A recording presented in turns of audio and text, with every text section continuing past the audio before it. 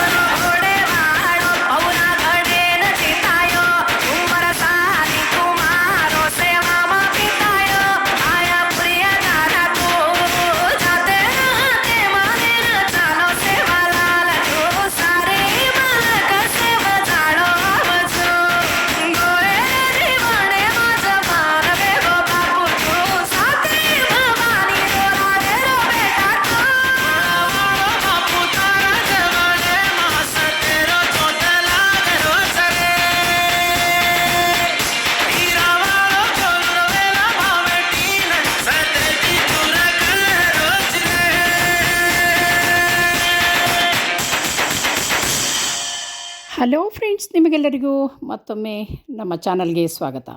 ಸೂರಗೊಂಡನಕೊಪ್ಪ ಗ್ರಾಮವು ಕರ್ನಾಟಕ ರಾಜ್ಯದ ದಾವಣಗೆರೆ ಜಿಲ್ಲೆಯ ನ್ಯಾಮತಿ ತಾಲೂಕಿನಲ್ಲಿ ಬರುತ್ತದೆ. ಇದು ಶಿವಮೊಗ್ಗದಿಂದ ಸುಮಾರು 30 ಕಿಲೋಮೀಟರ್ ದೂರದಲ್ಲಿದೆ. ಈ ಸ್ಥಳವು ಸಂತ ಸೇವಾಲಾಲ್ ಮಹಾರಾಜರ ಪವಿತ್ರ ಜನ್ಮಸ್ಥಳವೆಂದು ಪ್ರಸಿದ್ಧಿಯಾಗಿದೆ. ಸಂತ ಸೇವಾಲಾಲ್ ಮಹಾರಾಜರು ಬಂಜಾರ ಅಥವಾ ಲಂಬಾಣಿ ಸಮುದಾಯದ ಆರಾಧ್ಯ ದೈವರಾಗಿದ್ದಾರೆ. ಅವರು ಸಮಾಜ ಸುಧಾರಕರ ಮತ್ತು ಆಧ್ಯಾತ್ಮಿಕ ನಾಯಕರಾಗಿದ್ದರು. ಸತ್ಯ, ಧರ್ಮ ಮತ್ತು ಮಾನವೀಯತೆಯ ಸಂದೇಶವನ್ನು ಸಾರಿದಂತಹ ಸಂತ ಸೇವಾಲಾಲ್ ಅವರು ಸಾಕಷ್ಟು ಇತಿಹಾಸ ಪ್ರಸಿದ್ಧವಾದಂತಹ ಧಾರ್ಮಿಕ ಪುರುಷರಾಗಿದ್ದಾರೆ. ಅವರ ಸ್ಮರಣಾರ್ಥದಲ್ಲಿ ಇಲ್ಲಿ ಭವ್ಯ ದೇವಸ್ಥಾನವನ್ನು ನಿರ್ಮಿಸಲಾಗಿದೆ. ದೇವಸ್ಥಾನವನ್ನು ಭಾಯಾಗಢ್ ಅಥವಾ ಸೇವಾಗಢ್ ಎಂದು ಕರೆಯುತ್ತಾರೆ. ದೇಶದ ವಿವಿಧ ರಾಜ್ಯಗಳಿಂದ ಭಕ್ತರು ಇಲ್ಲಿಗೆ ಆಗಮಿಸುತ್ತಾರೆ. ಕರ್ನಾಟಕ, ಮಹಾರಾಷ್ಟ್ರ, ತೆಲಂಗಾಣ ಮತ್ತು ಆಂಧ್ರ ಪ್ರದೇಶದಿಂದ ಹೆಚ್ಚಿನ ಭಕ್ತರು ಇಲ್ಲಿ ಬಂದು ದರ್ಶನವನ್ನು ಪಡೆಯುತ್ತಾರೆ. ದೇವಸ್ಥಾನವು ಬಂಜಾರ ಸಮುದಾಯದ ಪ್ರಮುಖ ಯಾತ್ರಾ ಕ್ಷೇತ್ರವಾಗಿದೆ.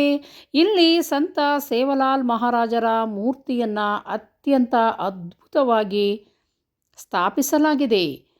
ದೇವಾಲಯದ ಆವರಣದಲ್ಲಿ ಮಾತೆ ಮರಿಯಮ್ಮ ದೇವಿಯ ದೇವಸ್ಥಾನವೂ ಇದೆ.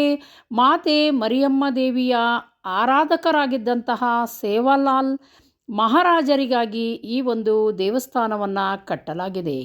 ಪ್ರತಿದಿನ ವಿಶೇಷ ಪೂಜೆ ಮತ್ತು ಅಭಿಷೇಕಗಳು ಇಲ್ಲಿ ನಡೆಯುತ್ತಿರುತ್ತವೆ. ಮಹಾಮಂಗಳಾರತಿ ಭಕ್ತರ ಪ್ರಮುಖ ಆಕರ್ಷಣೆಯಾಗಿದೆ. ಅನ್ನಪ್ರಸಾದ ವ್ಯವಸ್ಥೆ ಕೂಡ ಇತ್ತೀಚೆಗೆ ಮಾಡಲಾಗಿದೆ. ದೇವಸ್ಥಾನದ ವಾಸ್ತುಶಿಲ್ಪ ಅತ್ಯಾಕರ್ಷಕವಾಗಿದೆ. ವಿಶಾಲವಾದ ಆವರಣವು ಪ್ರವಾಸಿಗರನ್ನು ಸೆಳೆಯುತ್ತವೆ. ಸಾಕಷ್ಟು ವಿಶಾಲವಾಗಿದ್ದು ಇಲ್ಲಿ ಸುಮಾರು 100 ಎಕರೆಯ ವಿಸ್ತಾರದಲ್ಲಿ ಅನೇಕ ಕಲಾಕೃತಿಗಳನ್ನು ಮಾಡಲಾಗಿದೆ. ಸುಂದರ ಉದ್ಯಾನವನ ಮತ್ತು ಶಿಲ್ಪಕಲೆಗಳು ಜನರ ಕಣ್ಮನವನ್ನು ಸೆಳೆಯುತ್ತವೆ. ಧಾರ್ಮಿಕ ಹಾಗೂ ಸಾಂಸ್ಕೃತಿಕ ಕಾರ್ಯಕ್ರಮಗಳು ವರ್ಷಪೂರ್ತಿ ನಡೆಯುತ್ತಿರುತ್ತವೆ. ಸೇವಾಲಾಲ್ ಜಯಂತಿಯನ್ನು ವಿಜೃಂಭಣೆಯಿಂದ ಆಚರಿಸಲಾಗುತ್ತದೆ. ಲಕ್ಷಾಂತರ ಭಕ್ತರು ಜಯಂತಿ ಉತ್ಸವದಲ್ಲಿ ಇಲ್ಲಿ ಪಾಲ್ಗೊಳ್ಳುತ್ತಾರೆ. ಹಬ್ಬ ಹರಿದಿನಗಳನ್ನು ಇಲ್ಲಿ ಆಚರಿಸುವ ಮೊದಲು ಸೇವಾಲಾಲ್ ಅವರ ದರ್ಶನವನ್ನು ಪಡೆದು ಲಂಬಾಣಿ ಸಮುದಾಯದವರು ನಂತರ ಅವರ ಹಬ್ಬಗಳನ್ನು ಆಚರಿಸುತ್ತಾರೆ. ದೇವಸ್ಥಾನವು ಭಕ್ತಿ ಮತ್ತು ಸಂಸ್ಕೃತಿಯ ಸಂಕೇತವಾಗಿದೆ. ಇಲ್ಲಿ ಶಾಂತ ಮತ್ತು ಆಧ್ಯಾತ್ಮಿಕವಾದ ವಾತಾವರಣವಿದೆ. ಯಾತ್ರಾರ್ಥಿಗಳು ವಸತಿ ಸೌಲಭ್ಯವನ್ನು ಬಯಸುವುದಾದರೆ ಇಲ್ಲಿ ಅದನ್ನು ಕೂಡ ಮಾಡಲಾಗಿದೆ. ದೇವಸ್ಥಾನವು ಸಾಮಾಜಿಕ ಸೇವಾ ಕಾರ್ಯಗಳಲ್ಲಿ ತೊಡಗಿಕೊಂಡಿದೆ. ಶಿಕ್ಷಣ ಮತ್ತು ವಿದ್ಯಾರ್ಥಿ ವೇತನ ಕಾರ್ಯಕ್ರಮಗಳಿಗೆ ಸಹಕಾರವನ್ನು ನೀಡಲಾಗುತ್ತಿದೆ. ಈ ಕ್ಷೇತ್ರವು ಬಂಜಾರರ ಐತಿಹಾಸಿಕ ಪರಂಪರೆಯ ಪ್ರತಿಬಿಂಬವಾಗಿದೆ. ಕರ್ನಾಟಕ ಸರ್ಕಾರವೂ ಕೂಡ ಈ ಕ್ಷೇತ್ರದ ಅಭಿವೃದ್ಧಿಗೆ ಪ್ರೋತ್ಸಾಹವನ್ನು ನೀಡಿದೆ. ಸೂರಗೊಂಡನಕೊಪ್ಪ ಇಂದು ಪ್ರಮುಖ ಧಾರ್ಮಿಕ ಪ್ರವಾಸಿ ತಾಣವಾಗಿದೆ. ಸಂತ ಸೇವಾಲಾಲ್ ಮಹಾರಾಜರ ಆದರ್ಶಗಳು ಇಂದಿಗೂ ಲಕ್ಷಾಂತರ ಜನರಿಗೆ ದೂರದ ಊರಿಂದ ಬರುವಂತಹ ಪ್ರವಾಸಿಗರಿಗೆ ವಸತಿ ಸೌಲಭ್ಯ ಕೂಡ ಇದೆ. ವಿಶಾಲವಾದ ಜಾಗದಲ್ಲಿ ಅತ್ಯಂತ ಎತ್ತರದ ಗುಡ್ಡದ ಮೇಲೆ ಸೇವಾಲಾಲ್ ಮಠವನ್ನು ಕಟ್ಟಲಾಗಿದೆ. ಸುತ್ತಲೂ ಕಣ್ಣಳತೆಯ ದೂರದವರೆಗೂ ವಿಶಾಲವಾಗಿರುವಂತಹ ಹಸಿರನ್ನು ಹೊದ್ದಂತಹ ಭೂಮಾತೆಯನ್ನು ಕಣ್ತುಂಬಿಕೊಂಡು ಸೇವಾಲಾಲ್ ದೇವರನ್ನು ಹೃದಯದಲ್ಲಿ ತುಂಬಿಕೊಂಡು ಭಕ್ತರು ನಿಧಾನವಾಗಿ ಅವರ ಮನೆಯತ್ತ ಚಲಿಸುವ ದೃಶ್ಯ ಸಾಮಾನ್ಯವಾಗಿರುತ್ತವೆ. ವರ್ಷಕ್ಕೆ ಒಮ್ಮೆ ಇಲ್ಲಿ ಜಯಂತಿಯನ್ನು ಆಚರಿಸಲಾಗುತ್ತದೆ. ಕರ್ನಾಟಕ ರಾಜ್ಯ ಅಲ್ಲದೆ ಅಕ್ಕಪಕ್ಕದ ರಾಜ್ಯಗಳ ಲಕ್ಷಾಂತರ ಜನರು ಬಂದು ಇಲ್ಲಿ ಬೀಡು ಬಿಟ್ಟು ಹಬ್ಬವನ್ನು ಆಚರಿಸಿಕೊಂಡು ಹೋಗುತ್ತಾರೆ. ಒಂದು ದಿನದ ಪ್ರವಾಸಿ ತಾಣವಾದಂತಹ ಈ ಒಂದು ಸೇವಾಲಾಲ್ ಮಠಕ್ಕೆ ನೀವು ಫ್ಯಾಮಿಲಿ ಸಮೇತ ಹೋದರೆ ಬೆಳಗ್ಗೆಯಿಂದ ರಾತ್ರಿಯವರೆಗೆ ಇಲ್ಲಿ ವಿವಿಧ ಕಲಾಕೃತಿಗಳನ್ನು, ವಿವಿಧ ಕಲಾ ಸ್ವರೂಪಗಳನ್ನು ನೋಡಿ ಕಣ್ತುಂಬಿಕೊಂಡು ಆನಂದಿಸಿ ಇಲ್ಲಿಯೇ ಊಟ ಅಂದರೆ ಅನ್ನಪ್ರಸಾದವನ್ನು ಕೂಡ ಸ್ವೀಕಾರ ಮಾಡಿಕೊಂಡು ಹೋಗಬಹುದಾಗಿದೆ. ಒಟ್ಟಿನಲ್ಲಿ ಫ್ಯಾಮಿಲಿ ಆ್ಯಂಡ್ ಫ್ರೆಂಡ್ಸಿಗೆ ಮತ್ತು ಇಲ್ಲಿ ಔಟ್ಡೋರ್ ಶೂಟಿಂಗ್ ಮಾಡುವಂಥವರಿಗೆ ಹೇಳಿ ಮಾಡಿಸಿದಂತಹ ಜಾಗ ಇದು. ಸಂತ ಸೇವಾಲಾಲ್ ಮಠ, ಸೂರಗೊಂಡನಕೊಪ್ಪ ಇದಾಗಿದೆ.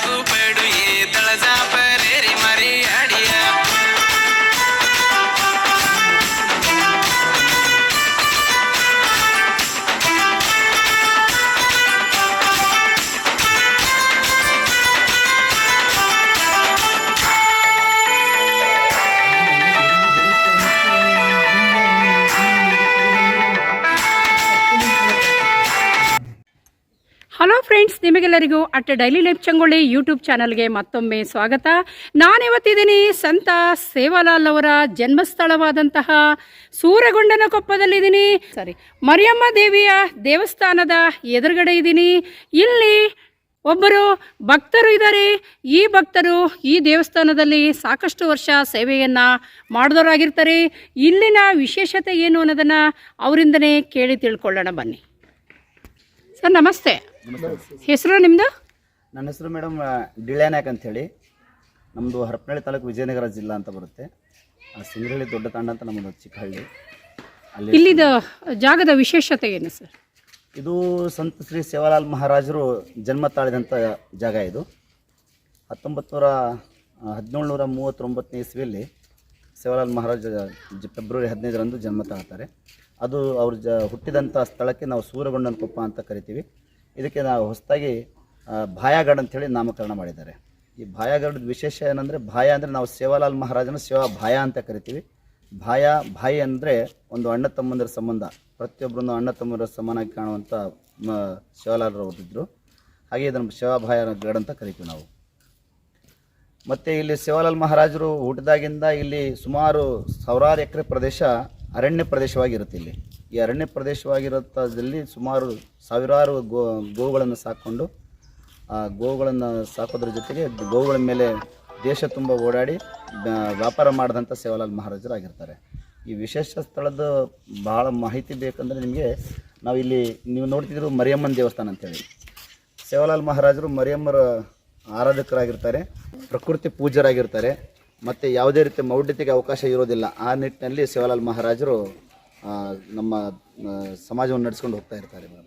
ಈಗ ನೋಡಿ, ಇದು ಒಂದು ಟ್ರೆಂಡ್ ಆಗಿಬಿಟ್ಟಿದೆ. ಹೆಂಗೆಂದರೆ ಎಲ್ಲಿ ಹೋದರೂ ಕೂಡ ನಾವು ಬಂದಿರೋದು ರಾಜಸ್ಥಾನ ಮೂಲದಿಂದ ಅಂತ ಹೇಳ್ತಾರೆ. ಆದರೆ ನಮ್ಮ ಇತಿಹಾಸ ನಾವು ಹುಡ್ಕೊಂತ ಹೋದಂಗೆಲ್ಲ ಬಂಜಾರರು ಎಲ್ಲಿದ್ದ ಇದ್ದರು, ಎಲ್ಲಿದ್ದ ಬಂದರು ಅನ್ನೋದನ್ನು ನೋಡೋದಾದರೆ ಸುಮಾರು 4-5 ಸಾವಿರ ವರ್ಷದ ಹಿಂದೆ ಇತಿಹಾಸ ಹೋಗುತ್ತೆ. ಇದು ಸಿಂಧು ಸಂಸ್ಕೃತಿಯಲ್ಲಿ ವಾಸ ಮಾಡ್ತಾ ಇದ್ರು ಬಂಜಾರ ಸಮಾಜದವರು ಅನ್ನೋ ಇತಿಹಾಸ ಇದೆ. ಅದೇ ನಿಟ್ಟಿನಲ್ಲಿ ಸೇವಾಲಾಲ್ ಮಹಾರಾಜರು ಇಲ್ಲಿ ಗಡ ಮಂಗಳೂರು ಅಂತ ಬರುತ್ತೆ. ಅಂದರೆ ಮಂಗಳೂರು ಅಂತ ಏನು ಹೇಳ್ತೀವಿ, ಗಡ್ ಅಂದರೆ ಒಂದು ಸನ್ನಿಧಿ, ಅದು ಒಂದು ಸ್ಥಾನ. ಆ ಸ್ಥಾನದಿಂದ ಮಂಗಳೂರಿಂದ ಭೀಮಾನಾಯಕ್ ಮತ್ತು ಧರ್ಮಣಿ ಅನ್ನೋರು ಸೇವಾಲಾಲ್ ಮಹಾರಾಜರ ತಂದೆ ತಾಯಿ ಆಗಿರ್ತಾರೆ. ರಾಮ್ಜಿ ನಾಯಕ್ ಅನ್ನೋರು ಸೇವಾಲಾಲ್ ಅವರ ತಾತ ಆಗಿರ್ತಾರೆ, ಅಂದರೆ ಅವ್ರ ತಂದೆಯವರು ಅಪ್ಪಾಜಿ ಆಗಿರ್ತಾರೆ. ಅವರು ಈ ಕಡೆ ನಮ್ಮೇನು ಆಕಳ ಗೋವುಗಳು ಅಂದಿವಲ್ಲ, ಗೋವುಗಳ ಮೇಲೆ ದವಸ ಧಾನ್ಯಗಳನ್ನು ಹೇರ್ಕೊಂಡು ವ್ಯಾಪಾರ ಮಾಡ್ಕೊಂತ ರಾಜ್ಯದಿಂದ ರಾಜ್ಯಕ್ಕೆ, ಜಿಲ್ಲೆಯಿಂದ ಜಿಲ್ಲೆಗೆ, ರಾಜ್ಯದಿಂದ ರಾಜ್ಯಕ್ಕೆ ಇಡೀ ದೇಶವನ್ನು ಸುತ್ತಿ ವ್ಯಾಪಾರ ಮಾಡ್ತಾ ಇಲ್ಲಿ ಬಂದಾಗ ಸೇವಾಲಾಲ್ ಮಹಾರಾಜರು ಧರ್ಮಣಿ ಮಾತವರ ಹೊಟ್ಟೆಯಲ್ಲಿ ಇಲ್ಲಿ ಜನ್ಮ ತಾಳ್ತಾರೆ. ಅಂದರೆ ಇವರು ಮೂಲತಃ ರಾಜಸ್ಥಾನದಿಂದ ಬಂದವರಲ್ಲ. ಬಹಳಷ್ಟು ಇತಿಹಾಸಕಾರರು ರಾಜಸ್ಥಾನದಿಂದ ಮೂಲ ಸ್ಥಾನ, ಇವರ ತಾತ ಅಲ್ಲಿಂದ ಬಂದಿದ್ರು, ಸೇವಾಲಾಲ್ ಅವರ ತಾತ ಅಂತ ಹೇಳ್ತಾರೆ. ಸಮಾಜದ ವಿಚಾರಕ್ಕೆ ಹೋದಾಗ ನಾವು ಸಿಂಧು ಸಂಸ್ಕೃತಿಯಿಂದ ತಗೋಬೇಕಾಗುತ್ತೆ. ಆದರೆ ಸೇವಾಲಾಲ್ ಮಹಾರಾಜರು ಇದೇನು ನೀವೇನು ರಾಜಸ್ಥಾನ ಹೇಳ್ತಿರೋ, ಮೆಹರ್ವಾಡ್ ಅಂತ ಹೇಳ್ತಾರೆ, ರಾಜಸ್ಥಾನ ಅಂತ ಹೇಳಿ ಅಲ್ಲಿದ್ದ ಬಂದರು ಅನ್ನೋ ಒಂದು ಇತಿಹಾಸದಲ್ಲಿ ಬರೆದಿರುವಂಥ ಕೆಲವು ಇತಿಹಾಸ ಸಿಗ್ತಾ ಇದೆ. ಕೆಲವರು ಈ ಬುಕ್ಗಳನ್ನು ಓದಿ ತಿಳ್ಕೊಂಡು ಈ ಥರನೂ ಕೇಳೋ ಪ್ರಶ್ನೆಗಳು ನಡೀತಾ ಇದ್ದಾವೆ. ಆದರೆ ಈ ರೀತಿ ಬಂದಾಗ ನಾವೇನು ಒಂದು ಕಡೆ ಇಲ್ಲದೆ ವ್ಯಾಪಾರ ಮಾಡ್ಕೊತ ಬಂದಾಗ, ಈ ಭಾಗದಿಂದ ಬಂದಾಗ ಇಲ್ಲಿ ಸೇವಾಲಾಲ್ ಜನ್ಮ ತಾಳಿರೋದನ್ನು ಒಂದು ಇತಿಹಾಸ ಇಲ್ಲಿ ಕುರು ಸಿಗ್ತಾ ಇದೆ ನಮಗೆ. ಜೊತೆಗೆ ಇಲ್ಲಿ ಸೇವಾಲಾಲ್ ಇಲ್ಲೇ ಜನ್ಮ ತಾಳಿದ್ದಾರೆ ಅನ್ನೋದಕ್ಕೆ ಭಾಳ ಕುರುಹುಗಳು ಇದ್ದಾವೆ. ಅದಕ್ಕೆ ಉದಾಹರಣೆಯಾಗಿ ನಾವು ಇಲ್ಲಿ ಕಾಳ್ಯಾಕುಂಡು ಅಂತ ಕರಿತೀವಿ. ಆಮೇಲೆ ಇಲ್ಲಿ ಕೀಚರ್ ಖಾಡ್ ಅಂತ ಕರೀತಾರೆ. ಇಲ್ಲಿ ಗುತ್ತಿ ಬಳ್ಳಾರಿ ಅಂತ ಇದು ಇದೆ ಮೇಡಮ್. ಇಲ್ಲಿ ಕೀಚರ್ ಖಾಡಿಗೆ ಏನು ವಿಶೇಷತೆ ಇದೆ? ಅಲ್ಲಿ ಕಾಳೋಕುಂಡು ಅಂತ ಇದೆ. ಕಾಳ್ಯಾಕುಂಡು ಅಂತೀವಿ ನಾವು ಅದಕ್ಕೆ. ಇಲ್ಲಿ ತಿರುಮಣಿಗೂಡ ಅಂತ ಬರುತ್ತೆ ಒಂದು ಊರು, ಅಲ್ಲಿ ಇದೆ ಅದು. ಅದಕ್ಕೆ ನಾವು ಸಿರ್ಸಿ ಅಂದರೆ ಸಿರ್ಸಿ ಏನು ಗ್ರಾಮ ಬರುತ್ತಲ್ಲ, ಸಿರ್ಸಿಯಲ್ಲಿ ಮಾರಿಕಾಂಬ ಏನಿದೆ ಅದೇ ಮರಿಯಮ್ಮನ ನಾವು ಸಿರ್ಸಿ ಮರಿಯಮ್ಮನೇ ನಾವು ಮರಿಯಮ್ಮ ಅಂತ ಕರಿತೀವಿ ಮೇಡಮ್. ಆ ಮರಿಯಮ್ಮನ ಆರಾಧಕರಾಗಿರೋಂಥ ಸೇವಾಲಾಲ್ ಮಹಾರಾಜರು ಇಲ್ಲೆಲ್ಲ ವ್ಯಾಪಾರ ಮಾಡೋದಕ್ಕೆ ಇಲ್ಲೆಲ್ಲ ನಮ್ಮ ಗೋವುಗಳನ್ನು ಸಾಕೊಂಡು ಇರ್ತಾರೆ. ಮತ್ತು ಸೇವಾಲಾಲ್ ಮಹಾರಾಜ ತಂದೆ ತಾಯಿ ಸಂಚಾರ ಮಾಡ್ತಾ ವ್ಯಾಪಾರಕ್ಕಾಗಿ ಬಂದಾಗ ಸೇವಾಲಾಲ್ ಸ್ವಾಮಿಗಳು ಇಲ್ಲೇ ಜನ್ಮ ತಾಳ್ತಾರೆ.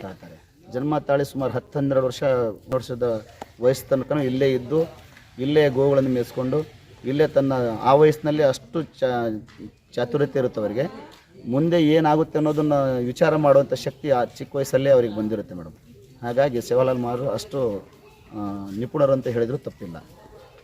ಬರ್ತಾ ಇಲ್ಲಿದ್ದ ಅಷ್ಟೇ ಅಲ್ಲ, ಇಲ್ಲಿದ್ದ ಮುಂದೆ ಮಹಾರಾಷ್ಟ್ರ ಇದು ಆಂಧ್ರ ಕಡೆ ಹೋಗ್ತಾರೆ. ಗುತ್ತಿ ಅಂತ ಹೇಳಿದೆ, ಅಲ್ಲಿ ಸುಮಾರು ವರ್ಷಗಳು ಅಲ್ಲೇ ವಾಸ ಆಗ್ತಾರೆ. ಹಾಗೆ ದೇಶವನ್ನು ನಮ್ಮ ಕೆಲವು ಇತಿಹಾಸಕಾರ ಹೇಳೋ ಪ್ರಕಾರ ನಮ್ಮ ಕೆಲವು ಸಂಶೋಧಕರು ಹೇಳೋ ಪ್ರಕಾರ ಈ ದೇಶವನ್ನು ಸೇವಾಲಾಲ್ ಮಹಾರಾಜ್ ತನ್ನ ವಯಸ್ಸಿನಲ್ಲಿ 14 ಬಾರಿ ದೇಶವನ್ನು ವ್ಯಾಪಾರ ಮಾಡುತ್ತಾ ಅಡ್ಡಾಡಿದ್ದಾರೆ ಅಂತ ಹೇಳ್ತಾರೆ. 14ರಿಂದ 16 ಬಾರಿ ದೇಶ ಸುತ್ತಿದ್ದಾರೆ. ದೇಶ ಸುತ್ತಿ ವ್ಯಾಪಾರ ಮಾಡಿದ್ದಾರೆ. ಈಗ ಬಂಜಾರ ಎಲ್ಲಿ ತನಕ ಇದ್ದಾರೆ ಅಂದರೆ ಕಾಶ್ಮೀರದಿಂದ ಕನ್ಯಾಕುಮಾರಿವರೆಗೆ ಬಂಜಾರ ಸಮಾಜ ಹಡ್ಕೊಂಡಿದೆ ಮೇಡಮ್. ಇದು ಇಂಥ ಇತಿಹಾಸ ನಮ್ಮ ಸಮಾಜದ್ದು. ಮತ್ತು ನಿಮಗೆ ನಾವು ವಿಶೇಷವಾಗಿ ಇಲ್ಲಿ ಹೇಳಿದ್ನ ನಾನು ಕಾಳಕುಂಡ ಅಂಥೇಳಿ ಇಲ್ಲಿ ಸಿಗುತ್ತೆ ಅಂದೆ. ಅದು ನಾವು ಕಾಳ್ಯಾಕುಂಡ ಅಂಥೇಳಿ ಅಲ್ಲಿ ಸಪ್ತಮಾತ್ರೆಗೆ ನಾನು ಪ್ರತಿಷ್ಠಾಪನೆ ಮಾಡಿ ಅಲ್ಲಿ ಕೂಡ ಭೋಗ ಕಾರ್ಯಕ್ರಮ ಕೂಡ ಎಲ್ಲ ನಡೀತಾ ಇರುತ್ತೆ. ಅಲ್ಲೆಲ್ಲ ವರ್ಷಕ್ಕೊಂದ್ಸಲ ಅದು ಮತ್ತು ತಿಂಗಳ ಕೂಡ ನಡೀತಾ ಇದ್ದಾರೆ. ಪ್ರವಾಸಿಗಳು ಬರ್ತಾರಲ್ಲ ಅದನ್ನೆಲ್ಲ ವಿಸಿಟ್ ಕೊಡ್ತಾ ಇರ್ತಾರೆ. ಕೊನೆಯದಾಗಿ ಮಹಾರಾಷ್ಟ್ರದಲ್ಲಿ ಪರಿನಿರ್ವಾಣ ಹೊಂದ್ತಾರೆ. ಈಗ ನೋಡಿ ನಮ್ಮದು ವ್ಯಾಪಾರ ಏನು ಮಾಡ್ತಿದ್ದು ಅಂತ ಕೇಳೋದಾದರೆ ಗೋಧಿ ವ್ಯಾಪಾರ ಮಾಡಿದ್ದಾರೆ, ಕಡಲೆ ವ್ಯಾಪಾರ ಮಾಡಿದ್ದಾರೆ. ನಾವು ಹೀರಾ ಮೋತಿ ಅಂತೇವೆ, ಅಂದರೆ ಬೆಳ್ಳಿ ಬಂಗಾರ ಆಗಲಿ ಮುತ್ತು ಹೊಳೆಗಳ ವ್ಯಾಪಾರ ಅಂತೇಳಿ ಮುತ್ತು ರತ್ನಗಳ ವ್ಯಾಪಾರಗಳು ಅವರು ಮಾಡಿದ್ದಾರೆ. ಅದಕ್ಕೆ ಕೂಡ ಮಾರಿದ್ದಾರೆ ಅನ್ನೋದಕ್ಕೆ ನಮ್ಮ ಹತ್ರ ದಾಖಲೆಗಳು ಕೂಡ ಸಿಗ್ತವೆ. ನಮ್ಮ ಸಮಾಜದವರು ಇತಿಹಾಸಕಾರರು ಬರೆದಿರೋ ಪ್ರಕಾರ ನಾವು ಮತ್ತು ನಮ್ಮ ವೇಷಭೂಷಣಗಳನ್ನು ಹಾಕ್ತಾರೆ ನಮ್ಮ ಸಮಾಜದವರು. ಅದರ ಬೇಕಾದಂಥ ಒಡವೆಗಳನ್ನು ಕೂಡ ಮಾರಾಟ ಮಾಡುವಂಥ ಪ್ರವೃತ್ತಿ ನಮ್ಮ ಸಮಾಜದಲ್ಲಿ ಇತ್ತು ಅನ್ನೋದಕ್ಕೆ ಸೇವಾಲಾಲ್ ಮಹಾರಾಜ್ ಎಲ್ಲ ತೋರಿಸ್ಕೊಟ್ರು. ಒಂದು ಆದರ್ಶ ವ್ಯಕ್ತಿಯಾಗಿ ಸಮಾಜವನ್ನು ಒಂದು ಸನ್ಮಾರ್ಗದಲ್ಲಿ ತೋರಿಸಿದ್ದಾರೆ ಮೇಡಮ್. ಧನ್ಯವಾದಗಳು ಸರ್. ಅಟ್ ಡೈಲಿ ಲೈಫ್ ಚಂಗೊಳ್ಳಿ ಯೂಟ್ಯೂಬ್ ಚಾನಲ್ ಜೊತೆ ನೀವು ನಿಮ್ಮ ಅನಿಸಿಕೆಗಳನ್ನು ಹಂಚಿಕೊಂಡ್ರಿ. ಬಹಳ ದೂರದ ವಿಜಯನಗರ ಜಿಲ್ಲೆಯ ಹರಪನಹಳ್ಳಿಯಿಂದ ಬಂದ ಭಕ್ತರು. ತಾವು ಇಲ್ಲಿ ಸಾಕಷ್ಟು ವರ್ಷ ಸೇವೆ ಬಂದಿದ್ದಾರೆ ಮೇಡಮ್. ಶಹಾಪುರ್, ಯಾದಗಿರಿ ಡಿಸ್ಟಿಕ್. ನಿಮ್ಮ ಹೆಸರು? ರಾಮು ರಾಠೋಡ್ ಅಂತ್ರಿ. ನಾನು ಗೋರ್ಶನ ಯಾದಗಿರಿ ಜಿಲ್ಲೆ ಅಧ್ಯಕ್ಷ. ಆದರೆ ಇಲ್ಲಿ ನಾವು ಒಂದು ಮೀಟಿಂಗ್ ಇತ್ತು. ಆ ಮೀಟಿಂಗ್ ಸಂಬಂಧ ನಾವು ಇಲ್ಲಿ ಎಲ್ಲರೂ ಬಂದಿದ್ದೀವಿ. ಹಾಗಾಗಿ ಧನ್ಯವಾದಗಳು ಸರ್. ಧನ್ಯವಾದಗಳು. ನಿಮಗೂ ಕೂಡ ಇಲ್ಲಿ ಮಾಹಿತಿ ಕೇಳಿ ತಿಳ್ಕೊಂಡಿದ್ದಕ್ಕೆ ಮತ್ತು ಇದನ್ನು ಪ್ರಸಾರ ಮಾಡ್ತಿದ್ದೀರಾ. ನಮ್ಮ ಸೇವಾಲಾಲ್ ಮಹಾರಾಜರ ಇತಿಹಾಸ ಇಡೀ ದೇಶ ತುಂಬ ಹರಡಲಿ. ಡೈಲಿ ಲೈಫ್ ಚಂಗೊಳ್ಳಿ ಯೂಟ್ಯೂಬ್ ಚಾನಲ್ಗೆ ಧನ್ಯವಾದಗಳು. ನಮ್ಮ ಈ ಮಾಹಿತಿ ತಗೊಂಡು ನೀವು ಪ್ರಸಾರ ಮಾಡ್ತಿದ್ದು ನಿಮಗೂ ಕೂಡ ಒಳ್ಳೆಯದಾಗಲಿ ಅಂತ ಬಯಸ್ತೀವಿ ಮೇಡಮ್. ಓಕೆ, ಧನ್ಯವಾದಗಳು. ಫ್ರೆಂಡ್ಸ್, ಇಷ್ಟೊಂದು ಪ್ರಸಿದ್ಧಿ ಪಡೆದಂತಹ ಸಂತ ಸೇವಾಲಾಲರ ದೇವಸ್ಥಾನ ನಾಡಿನ ವಿವಿಧ ಭಾಗಗಳಿಂದ ಎಷ್ಟು ದೂರವಾಗುತ್ತದೆ ಎಂಬ ಒಂದು ಮಾಹಿತಿಯನ್ನು ಈಗ ಕೊಡ್ತಾ ಇದ್ದೀನಿ. ಶಿವಮೊಗ್ಗದಿಂದ ಸುಮಾರು 95 ಕಿಲೋಮೀಟರ್, ದಾವಣಗೆರೆಯಿಂದ 55 ಕಿಲೋಮೀಟರ್, ಬೆಂಗಳೂರಿನಿಂದ 285 ಕಿಲೋಮೀಟರ್, ಮೈಸೂರಿನಿಂದ 265 ಕಿಲೋಮೀಟರ್, ಹುಬ್ಬಳ್ಳಿಯಿಂದ 205, ಬೆಳಗಾವಿಯಿಂದ 335, ಕಲಬುರಗಿಯಿಂದ 455, ಬಳ್ಳಾರಿಯಿಂದ 190, ಚಿತ್ರದುರ್ಗದಿಂದ 105 ಕಿಲೋಮೀಟರ್, ಹಾವೇರಿಯಿಂದ 120 ಕಿಲೋಮೀಟರ್, ರಾಣೆಬೆನ್ನೂರಿನಿಂದ 75 ಕಿಲೋಮೀಟರ್ ದೂರವಾಗುತ್ತದೆ. ಹಾಗೆಯೇ ನ್ಯಾಮತಿಯಿಂದ 8 ಕಿಲೋಮೀಟರ್, ಹರಿಹರದಿಂದ 45 ಕಿಲೋಮೀಟರ್, ಭದ್ರಾವತಿಯಿಂದ 80 ಕಿಲೋಮೀಟರ್ ದೂರವಿದೆ. ಹೊನ್ನಾಳಿಯಿಂದ ಕೇವಲ 20 ಕಿಲೋಮೀಟರ್ ನೀವು ಕ್ರಮಿಸಿದರೆ ಈ ಒಂದು ಸೂರಗೊಂಡನ ಕೊಪ್ಪವನ್ನು ತಲುಪಬಹುದಾಗಿದೆ. ಮುಖ್ಯ ರಸ್ತೆಯಿಂದ ಕೇವಲ 1-2 ಕಿಲೋಮೀಟರ್ ದೂರದಲ್ಲಿ ಮುಖ್ಯ ರಸ್ತೆಗೆ ಕಣ್ಣು ಕುಕ್ಕುವಂತೆ ಸೇವಾಲಾಲ್ ಗುರುಗಳ ಅನೇಕ ಕಲಾಕೃತಿಗಳು ಜನಮನವನ್ನು ಸೆಳೆಯುತ್ತವೆ. ಮಠದ ಮುಂದೆ ಹಾಗಾದ್ರೆ ನೀವು ಮಠದ ಒಳಗಡೆ ಹೋಗೋಣ ಬನ್ನಿ. ಲಂಬಾಣಿ ಜನಾಂಗದವರೇ ಮಾಡ್ಕೊಂಡು ಬರೋಣ ಆಗಿರಬೇಕಿಲ್ಲ. ಯಾವುದೇ ಜನಾಂಗದವರು ಒಂದು ದಿನದ ಟ್ರಿಪ್ಪನ್ನು ಅರೇಂಜ್ ಮಾಡಬೇಕು ಅಂದರೆ ಈ ಒಂದು ಜಾಗವನ್ನು ನೋಡಿಕೊಂಡು ಬರಬಹುದಾಗಿದೆ. ಬನ್ನಿ ಫ್ರೆಂಡ್ಸ್, ಹಾಗಾದರೆ ಇಲ್ಲಿ ಮಾಡಿರುವಂತಹ ಕಲಾಕೃತಿಗಳನ್ನು ನೋಡೋಣ ಬನ್ನಿ. ಸುಂದರವಾದ ಈ ಕಲಾಕೃತಿಗಳು ವರ್ಷ ಪೂರ್ತಿ ಇದೇ ರಂಗುರಂಗಿನಿಂದ ಕೂಡಿರುತ್ತವೆ. ಇಲ್ಲಿ ದೇವಸ್ಥಾನದ ಆಡಳಿತ ಮಂಡಳಿ ರಚಿಸಲಾಗಿದೆ. ಜೊತೆಗೆ ಇಲ್ಲಿ ಮದುವೆಗಳನ್ನು ನಡೆಸಲು ವಿಶಾಲವಾದ ಛತ್ರವನ್ನು ಕಟ್ಟಲಾಗಿದೆ. ಹೋಮ ಹವನಗಳು ಜಾತ್ರೆಯ ಸಮಯದಲ್ಲಿ ನಡೆಯುತ್ತವೆ. ವರ್ಷಕ್ಕೊಮ್ಮೆ ವಿಜೃಂಭಣೆಯಿಂದ ನಡೆಯುವ ಈ ಒಂದು ಜಾತ್ರೆಗೆ ನೀವು ಟ್ರಿಪ್ಪನ್ನು ಹಾಕಿಕೊಂಡರೆ ಲಂಬಾಣಿ ಜನಾಂಗದವರು ವಿವಿಧ ರೀತಿಯಿಂದ ಅದ್ಭುತವಾಗಿ ದೇಶದಲ್ಲಿಯೇ ವಿಶೇಷವಾದ ಕಲಾಕೃತಿಗಳನ್ನು ಅವರೇ ಮಾಡಿದಂತಹ ಕೈಯಾರೆ ಮಾಡಿದಂತಹ ಕಸೂತಿ ವಸ್ತ್ರಗಳನ್ನು ಧರಿಸಿ ಗಂಡಸರು ಹೆಂಗಸರು ನೃತ್ಯ ಮಾಡುವುದು, ಕಳಸ ಹೊರುವುದು, ಅವರ ಸಂಪ್ರದಾಯ ಆಚರಣೆ ಕಲೆ ಸಂಸ್ಕೃತಿಗಳನ್ನು ಪ್ರತಿಬಿಂಬಿಸುವುದನ್ನು ಕಣ್ಣಾರೆ ಕಂಡು ನಾವು ಸಂತೋಷ ಪಡಬಹುದಾಗಿದೆ.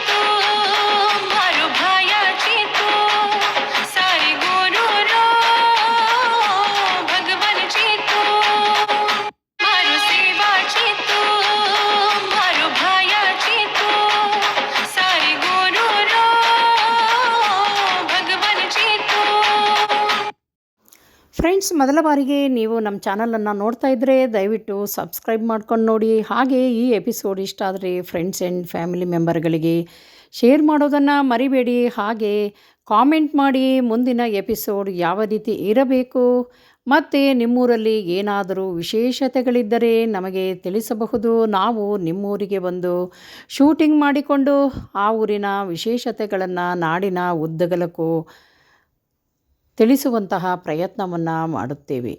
ಫ್ರೆಂಡ್ಸ್, ನಾನು ಈಗಾಗಲೇ ನಿಮಗೆ ವಿವರಣೆ ಕೊಟ್ಟಂತೆ ಸಂತ ಸೇವಾಲಾಲರ ಈ ಒಂದು ಸೂರಗೊಂಡನಕೊಪ್ಪದ ಮಠಕ್ಕೆ ಜೀವನದಲ್ಲಿ ಒಮ್ಮೆ ಭೇಟಿ ಕೊಡೋದನ್ನು ಮರೆಯಬೇಡಿ.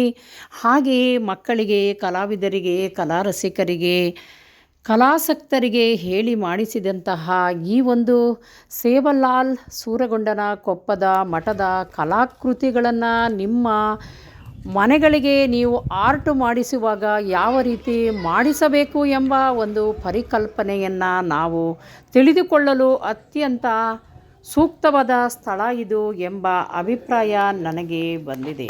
ಹಾಗಾಗಿ ನೀವು ಮನೆಯನ್ನು ರಿನೋವೇಷನ್ ಮಾಡಿಸೋರಿದ್ದರೆ ಅಥವಾ ದೇವಸ್ಥಾನವನ್ನು ನಿಮ್ಮೂರಲ್ಲಿ ಕಟ್ಟೋರಿದ್ದರೆ ಅಥವಾ ಹೊಸ ಮನೆಯನ್ನು ಕಟ್ತಾ ಇದ್ದರೆ ಇಲ್ಲಿಯ ಕಲಾಕೃತಿಗಳನ್ನು ನೋಡಿಕೊಂಡು ಅದೇ ರೀತಿ ಕಲಾಕೃತಿಗಳನ್ನು ನೀವು ನಿಮ್ಮ ಮನೆಗಳಲ್ಲಿ, ದೇವಸ್ಥಾನಗಳಲ್ಲಿ ಮಾಡಿಸಿಕೊಳ್ಳಬಹುದಾಗಿದೆ. ಒಂದು ರೋಲ್ ಮಾಡೆಲ್ ಆದಂತಹ ಈ ಒಂದು ದೇವಸ್ಥಾನವನ್ನು ನೋಡಲು ಮರೆಯಬೇಡಿ ಅಂತ ಹೇಳ್ತಾ, ಈ ಒಂದು ಎಪಿಸೋಡ್ ನೋಡ್ತಾ ಇರುವಂತಹ ನಿಮಗೆಲ್ಲರಿಗೂ ನಾನು ಸೆಲ್ಯೂಟ್ ಹೇಳ್ತಾ ಮತ್ತೊಮ್ಮೆ ಸಬ್ಸ್ಕ್ರೈಬ್ ಮಾಡಿ ಅಂತ ಹೇಳಿ ರಿಕ್ವೆಸ್ಟ್ ಮಾಡ್ತಾ ಈ ವಿಡಿಯೋವನ್ನು ಮುಗಿಸ್ತಾ ಇದ್ದೀನಿ ಫ್ರೆಂಡ್ಸ್.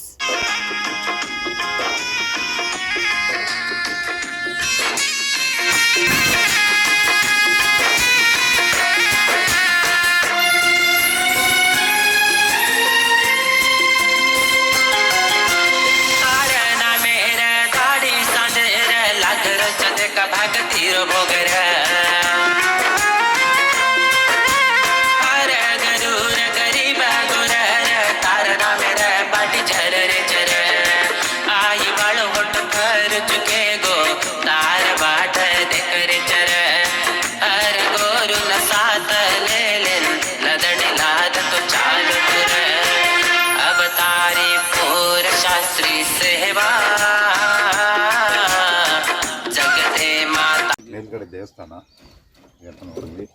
ನೋಡ್ಕೊಂಡು ರೌಂಡ್ ಹಾಕ್ಸ್ತಾರೆ ಅಂದ್ರೆ ನೀವು ಫಸ್ಟ್ ಟೈಮ್ ಬಂದಿರೋದ ಸರ್ ಇಲ್ಲಿಗೆ? ಬಂದ್ವಿ, ಅವತ್ತು ಕ್ಲೋಸ್ ಆಗ್ಬಿಡ್ತು. ಅದಕ್ಕೆ ಲೇಟಾಗಿ ಬಂದ್ರಿ? ಅದಕ್ಕೆ ಯಾವ ಊರಿಂದ first ಇಲ್ಲಿ ಬಂದಿದ್ದು? ಶಿವಮೊಗ್ಗ. ಓ ಸರಿ, ಅದಕ್ಕೆ ಇವತ್ತು ಫಸ್ಟ್ ಇಲ್ಲಿ ಬಂದ್ಬಿಟ್ಟಿದ್ದೀವಿ ನೋಡ್ಕೊಂಡು ಹೋಗೋಣ. Okay sir. ನೀವು ಯೂಟ್ಯೂಬರು ಮೇಡಮ್, ಶಿವಮೊಗ್ಗದಿಂದ ಬಂದಿದ್ದೀನಿ. ಅಟ್ ಡೈಲಿ ಲೈಫ್ ಚಂಗೊಳ್ಳಿ ಅಂತ ಯೂಟ್ಯೂಬ್ ಚಾನಲ್. ಹಲೋ ಫ್ರೆಂಡ್ಸ್, ನಿಮಗೆಲ್ಲರಿಗೂ ಮತ್ತೊಮ್ಮೆ ಅಟ್ ಡೈಲಿ ಲೈಫ್ ಚಂಗೊಳ್ಳಿ ಯೂಟ್ಯೂಬ್ ಚಾನಲ್ಗೆ ಸ್ವಾಗತ. ನೋಡಿದ್ರಲ್ಲ, ನಾನಿವತ್ತು ಎಲೆಕ್ಟ್ರಿಕ್ ಗಾಡಿಯಲ್ಲಿದ್ದೀನಿ. ಈ ಒಂದು ಸಂತ ಸೇವಾಲಾಲ್ ದೇವಸ್ಥಾನವನ್ನು ವಯೋವೃದ್ಧರು ಹಾಗೆ ಮಕ್ಕಳು ಓಡಾಡಿ ನೋಡಲಿಕ್ಕೆ ಕಷ್ಟ ಆಗೋದ್ರಿಂದ ಇಲ್ಲಿ ಎಲೆಕ್ಟ್ರಿಕ್ ಗಾಡಿಯನ್ನು ಸಹ ಮಾಡಿದ್ದಾರೆ. ಎಲೆಕ್ಟ್ರಿಕ್ ಗಾಡಿ ಒಬ್ಬ ವ್ಯಕ್ತಿಗೆ 20 ರೂಪಾಯಿ ತಗೊಳ್ತಾರೆ. ಹಾಗೆ ಒಂದು ಸುತ್ತು ಎಲ್ಲ ಸೇವಾಲಾಲ್ ದೇವಸ್ಥಾನದ ಮುಖ್ಯ ಕಲ್ಚರ್ಗಳನ್ನು ನೋಡ್ಕೊಂಡು ಬರಲಿಕ್ಕೆ 30 ನಿಮಿಷದ ಅವಧಿಯನ್ನು ತಗೊಳ್ತಾರೆ. ಹಾಗೆ ಒಬ್ಬರಿಗೆ 20 ರೂಪಾಯಿ ಕೊಟ್ಟರೆ 30 ನಿಮಿಷದಲ್ಲಿ ಇದು ನೋಡಿಕೊಂಡು ಸಮಾಧಾನವಾಗಿ ಬರುವಂತಹ ಅವಕಾಶ ಈ ಒಂದು ದೇವಸ್ಥಾನದಲ್ಲಿ ಕಲ್ಪಿಸಿಕೊಟ್ಟಿದ್ದಾರೆ. ಎಷ್ಟು ವರ್ಷದಿಂದ ಮಾಡ್ತಿದ್ದೀರಿ ನೀವು? ಇದು ಫೆಬ್ರವರಿಯಿಂದ ತಂದೀವಿ, 1 ವರ್ಷ ಆಯಿತು ಮೇಲೆ. ಟೈಮಿಂಗ್ಸ್ ಏನಿದು? ಟೈಮಿಂಗ್ಸು ಬಂದುಬಿಟ್ಟು ಒಂದು ಅರ್ಧ ಗಂಟೆ ಆಗುತ್ತೆ ಇಡೀ ಪೂರ್ತಿ ನಮ್ಮ ಫೀಲ್ಡ್ ಎಲ್ಲ ತೋರಿಸ್ಲಿಕ್ಕೆ. ಒಂದು ಅರ್ಧ ಗಂಟೆಯಲ್ಲಿ ಒಂದು ಬ್ಯಾಚನ್ನು ಕಂಪ್ಲೀಟ್ ಮಾಡ್ಕೊಡ್ತೀವಿ. ಬೆಳಗ್ಗೆ ಎಷ್ಟೊತ್ತಿಗೆ ಶುರುವಾಗಿ ಎಷ್ಟೊತ್ತಿಗೆ? ಬೆಳಗ್ಗೆ ಒಂದು 8 ಗಂಟೆಯಿಂದ ಸ್ಟಾರ್ಟ್ ಮಾಡ್ತೀವಿ, ಸಂಜೆ ಒಂದು 6 ಗಂಟೆವರೆಗೂ ಇರ್ತೀವಿ. ಓಹೋ, ಇಲ್ಲೇ ಎಲ್ಲ ರೌಂಡ್ ಓಡಿಸ್ತೀರಾ? ಹಾಂ. ಓಕೆ, ನಿಮ್ಮ ಹೆಸರು? ವೆಂಕಟೇಶ್ ಅಂತ ಹೇಳಿ. Thank you for sharing your opinion with at daily life ಚಂಗೊಳ್ಳಿ YouTube channel sir. Thank you.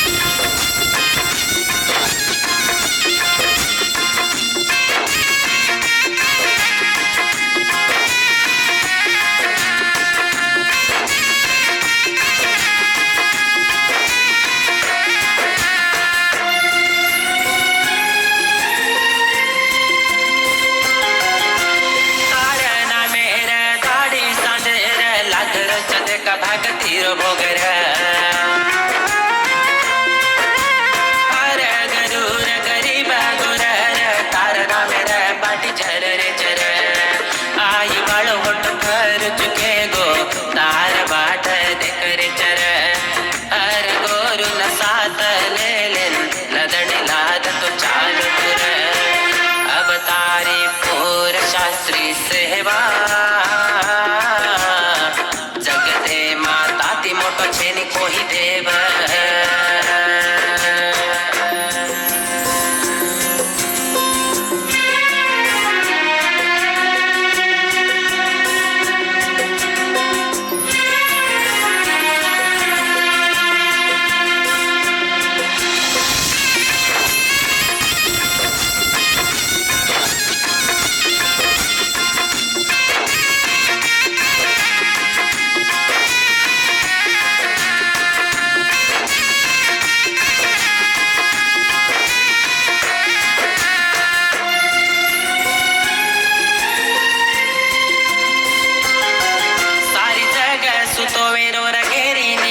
भजन करन जगायो गोरा मठिना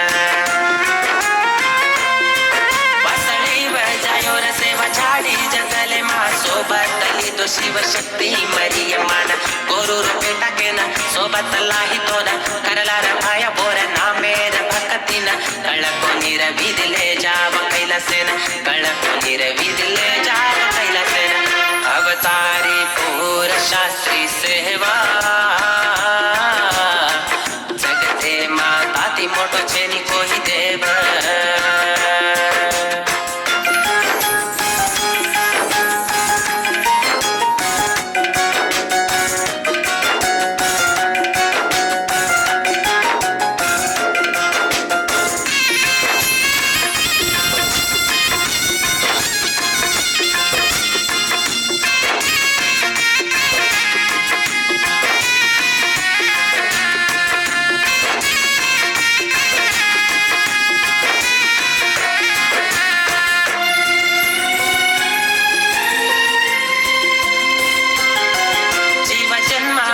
देवू मजनू मले न तारो नाम चलायो र सारी जगे मा सतगुरु के ना हाथ जोड़ रे सभाया गुरु परे दर तारो छाया वाच दिनो गुरु ना फोटो पारू जगे मा ओळ कलर भाया गुरु र जाते ना कैलासे रोची दर्शन दे जो फूलो के ना कैलासे रोची दर्शन दे जो फूलो के ना अवतारी पूर शास्त्री सेवा